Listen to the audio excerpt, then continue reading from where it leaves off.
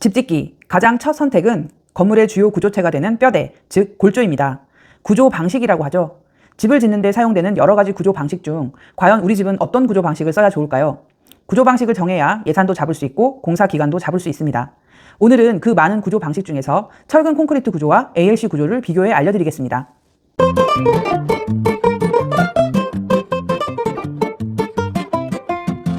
안녕하세요. 산촌의 내 집 짓기 김혜정입니다. 제가 지금 살고 있는 화천은 여름은 숨 넘어가게 덥고 겨울은 무지막지하게 춥습니다. 뉴욕타임즈 등 세계적인 여러 매체에서 꼭 가봐야 할 겨울 축제로 꼽힐 만큼 유명한 산천어 축제가 열리는 곳이기도 하죠. 20일간 30cm 두께로 얼음이 꽝꽝 얼어붙어야 가능한 얼음판 낚시 축제입니다. 24년도에는 이상 기후로 모든 지역 겨울 축제가 취소되었는데 화천 산천어 축제는 성황리에 이루어졌습니다. 그만큼 추위가 대단했다는 뜻이죠. 그래서 단열이 무엇보다 중요했습니다. 저렴하면서 단열 잘 되는 집 없을까?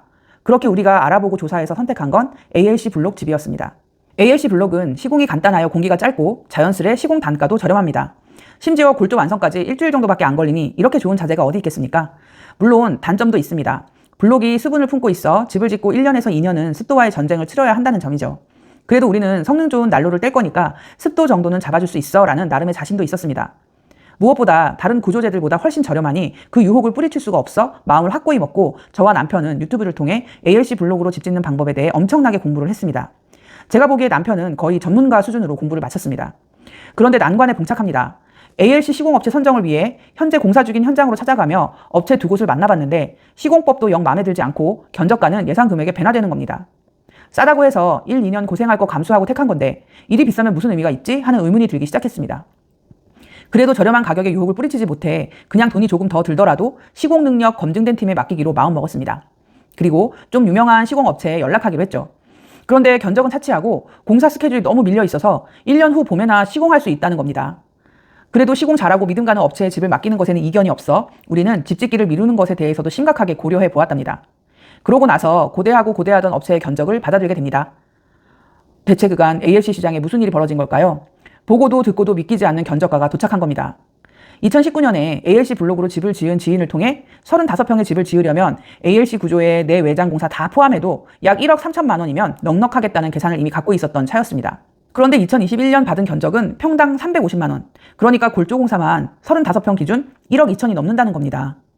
거기에 내장 외장 공사와 조금 신경 써서 인테리어까지 한다면 결국 2억 5천은 훌쩍 넘기는 금액이 들 거라는 결론이 나왔죠. 아무리 지구 반대편에 전쟁이 나고 유가가 무섭도록 상승했다지만 이렇게나 사악해진 공사 금액에 저는 까무러칠 뻔했습니다. 집 짓기를 포기해야 할까? 시골집에 큰돈 들이는 거 아니라는데 기초는 접어야 하나? 참 여러 가지 고민되는 날들이었습니다.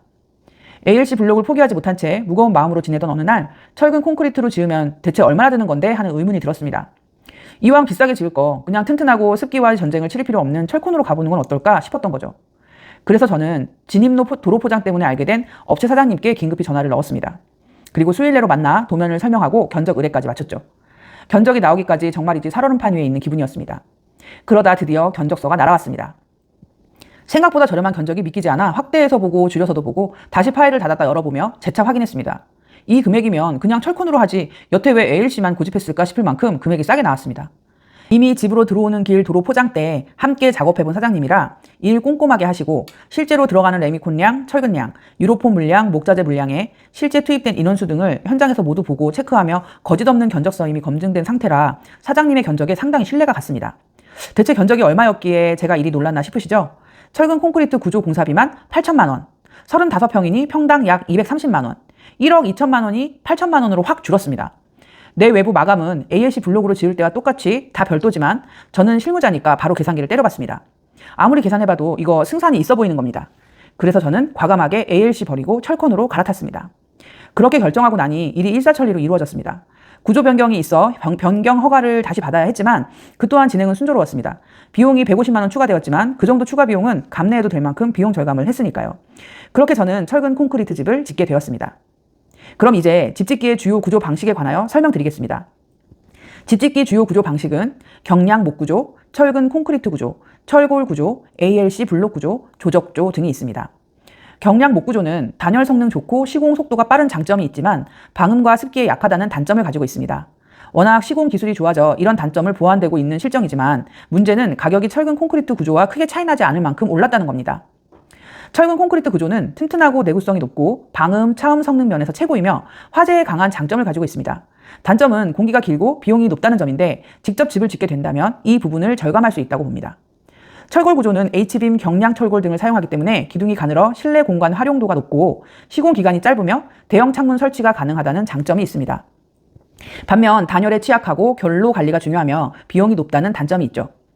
ALC 블록 구조는 공장에서 만든 경량 콘크리트 블록을 사용하여 시공이 빠르고 단열, 방음, 내화에 우수하다는 장점이 있습니다. 단점은 시공 경험 많은 업체가 드물어 공사 금액이 천차만별이고 시공 능력 또한 천차만별이라는 점과 1, 2년 습기와의 전쟁을 치러야 한다는 점입니다. 조적 구조, 즉 벽돌집은 벽돌이나 블록으로 쌓아 올리는 방식으로 내구성 좋고 시공법이 단순하다는 장점이 있지만 치명적인 단점은 단열 성능이 낮아 추가 단열이 반드시 필요하다는 점입니다. 그럼 전원주택에서는 무엇이 가장 많이 쓰일까요?